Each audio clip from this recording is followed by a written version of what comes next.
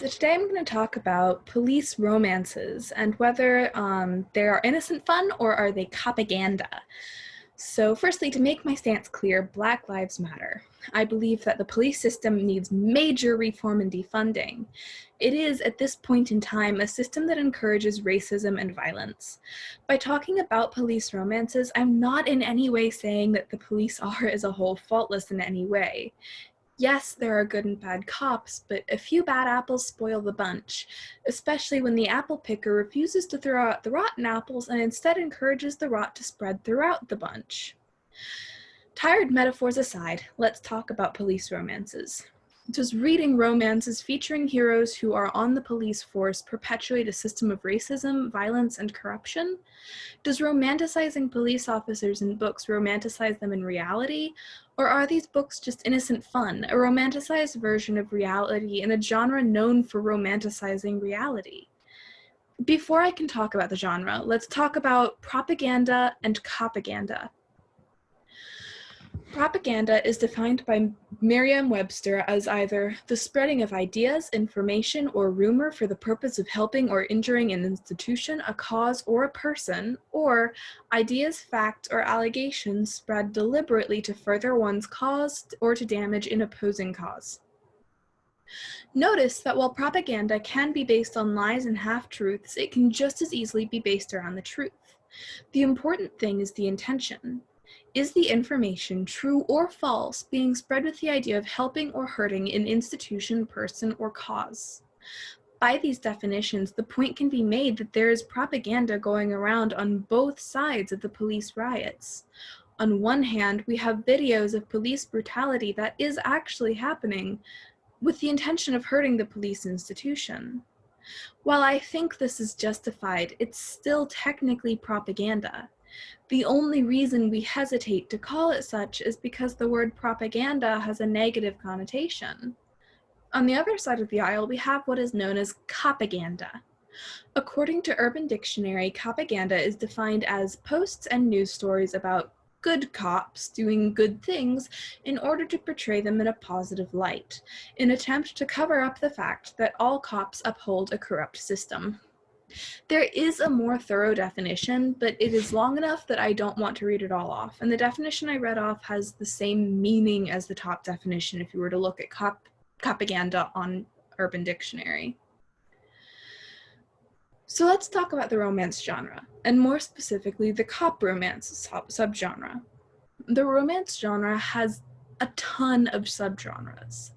Woman.com gives a handy list of many of the different types: contemporary, historical, erotic, suspense, thriller, mystery, science fiction, fantasy, paranormal, spiritual, and religious romance. While it's not listed on the website, I'd also add LGBTQ+ as a subgenre, although that can be tacked onto any of the other subgenres. Basically, take any genre and blow up the romantic aspect until it becomes the main focus of the book, and you have a romance. Within the subgenres are even more specific sub-subgenres. Most police, security detail, and military romances fall under the contemporary umbrella, although I have seen police romances that are also shifter romances, which falls under the paranormal umbrella. While the subgenres can be pretty broad, once you start going into the sub-subgenres of romance, you're pretty much asking for specific tropes. One of the reasons cop romance and shifter romance can mix so well is because they have similar hero types. The heroes tend to be possessive, protective, inhumanly strong, alpha type, and badass. They often have damsel in distress moments where our super buff heroes can save our heroine from the bad guy. But don't worry, we're all living in the 21st century, so of course the heroine also gets a good kick to the villain's nuts before the hero can get there to rescue her. Have I read and enjoyed cop romances? Sure, yeah. Reading is escapism, and it's fun to read about scenarios that are cute on a page, but you'd never stand for in real life. You know, like the life or death situations. I'm good, thanks. Also, the fact that the heroes are overly possessive and protective, I'd dump them. They tend to be very controlling, and I'm too independent for that shit. still, things that would be annoying and sometimes unhealthy in real life are cute when it's the hero of a romance novel, because this little thing called suspension of disbelief. I mean, think Edward Cullen from Twilight. Man's running around watching people sleep. I mean, if he was doing that in real life, I'd be pissed off, but it's a book. You know, you can do whatever you want if you're the hot hero of the book. Let's be real here. To an extent. You can do whatever you want to an extent if you're the hero of a book.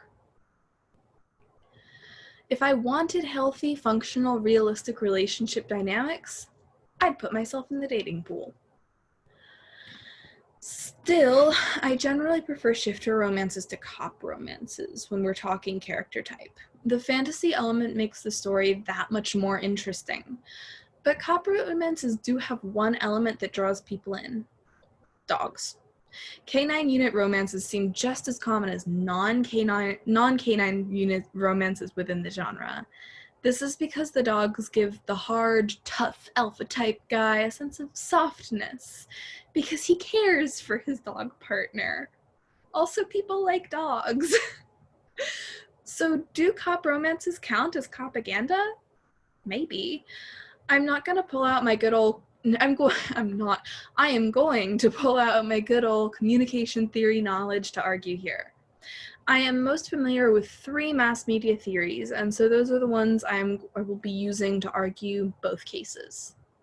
I'm counting books as media because if made up stories on TV shows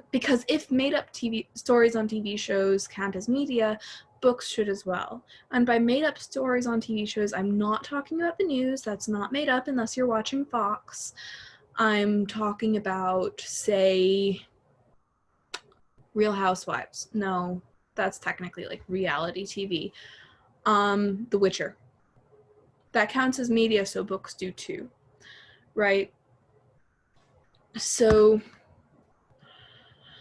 as an introduction to mass media theories, we have 2 main types of mass media theories. The first is an older type, and it's the magic bullet type of theory, which I like to call the Big Daddy media theories. In these theories, Big Daddy media controls you. It is a one-way type of communication in which the media pushes the idea and you, the watcher, are a passive observer, taking in and absorbing everything Big Daddy media tells you to take in and absorb. Most Big Daddy media theories are considered outdated because people filter everything through their own experiences and opinions. People are not generally complete zombies to the Big Daddy. We also have limited effects theories, which assert that the media does not have a hugely strong impact, but that is up to the people viewing the media to decide how much of an effect it has on them. It does not say that the people are masters over the media, however. Slightly less Big Daddy media still has an effect on the viewer, but instead of controlling you outright like a little puppet, it has smaller effects that build up over time. Most media theories were adapted for television around the time television was coming into the limelight of American culture. The biggest argument from a communication theory perspective, in my opinion, for how cop romance books count as Copaganda is cultivation theory. Cultivation theory technically counts as a limited effects theory, but it holds aspects of our Big Daddy media theories. According to cultivation theory, the more television you watch, or in my case, media you consume, the more you view the world as similar to what you see in the media. This can lead to a thing called mean world syndrome, which is where by viewing a lot of media that portrays violence and an overall negative outlook on human nature, because, if it bleeds, it leads. Because you begin to meld the worldview of what you see into your reality. You start to believe that people will cheat you if they get the chance. Human nature is inherently bad, and you can't trust people you don't know very well. Using this idea of what you watch normalizing how you think, you could argue that reading a lot of books about how heroic and romantic cops are, you will start to assimilate the romanticized view of those books into your real-life perspectives. Or when you see all the big bad guys trying to kidnap and kill your heroine, you start to think that there are more of those big bad guys around the world than maybe there really are. So by doing this, The books would be accomplishing the same things that pictures of cops kneeling or rescuing kittens do. They give you a warm and fuzzy feeling towards police officers. You can also argue using the agenda-setting theory. The agenda-setting theory says basically that the media doesn't tell you what to think, but it does tell you what to think about. Using the agenda-setting theory, I will argue here that the media, in this case, books romanticizing the police, don't tell you necessarily to think that all police are heroes, but they will tell you to think about that time in Kate Ruggles' Run to Ground where our hero saves our heroine from being kidnapped and tortured by the big bad evil crime and drug lords. They don't tell you not to think that cops are racist, but remember the time in the Sarah Humphries book Trouble Walks In when our hero saved our heroine from a psychotic serial killer who planned to rape and kill her because she was hot and forgot his name one time? By making us think about the times when fake police did fake heroic actions, they cultivate warm and fuzzy feelings about them. I mean, if I was captured by some evil serial killer guy, the police would look for me and take him down. But what if I was a Black woman? They'd still try to help, right? Right? It is worth noting that these books, at least the ones I've come across so far, are very white.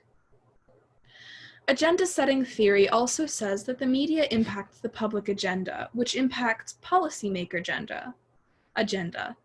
It's a loop because policymakers have the power to control the media agenda.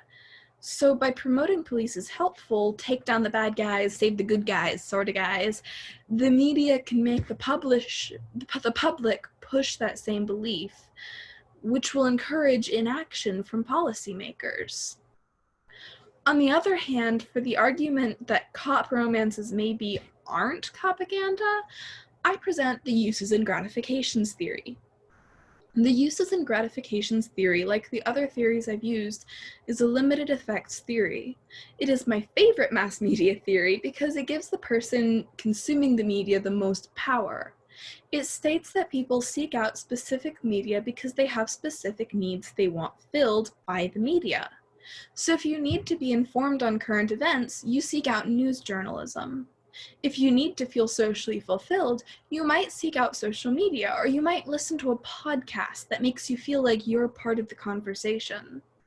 Using this theory, I would assert that I am seeking out romance books, cop romances in this specific case, to fulfill my need for entertainment, escapism, and in some cases, social fulfillment, because quarantine is lonely and reading helps me forget my lack of interaction with other people. To begin to sum up, the romance genre is a genre based on romanticizing reality. They are guaranteed to have a happy ending, and cops aren't the only group given the rose-colored lenses treatment. The books themselves are not written to make some great political statement. They are written to entertain, and to help the reader escape into the fluffy world that our main characters are living in. For me, the whole big question came down to one smaller question. In a perfect world where the protesters accomplished the reforms, defunding, and overhaul of the police system that they are looking for, would cop romances be any different from what they are now? And to be honest, I don't think they would be. These books are not realistic. They're meant to be semi-damsel in distress books where there's angst, life-threatening situations, bad guys that are really dangerous, and maybe a little bit more action than you'd find in other books. You know, more badass, more kick-ass moments where you shoot the bad guys, you know? Women like that too, you know, why not? Basically, using a police officer as a hero, or sometimes heroine, gives the author more freedom and leeway to add some action into the book that would have been less realistic / cool if the hero was some tweedy hipster dude. So are cop romances Copaganda? It depends. How much does Big Daddy Media tend to affect you? How seriously do you take the books you read? Whether a romance book is propaganda kind of depends on how much you're going to let it influence your outlook on the world. So if you enjoy cop romances, just take your books with a grain of salt. You're allowed to enjoy whatever book or character type you find enjoyable. But if you don't mind having a fantasy element to your book and by that I mean more fantastical than the fair and just police system, I recommend trying out shifter romances. They still have hot, strong, protective, controlling alpha-type heroes, but there's less guilt involved with wondering whether the book you're reading is perpetuating a corrupt system. So that's all I wrote on the subject. This video was a little different from the last, where I wrote out what I was going to say before I actually said it. At any rate, thank you for watching. Have a great day or night.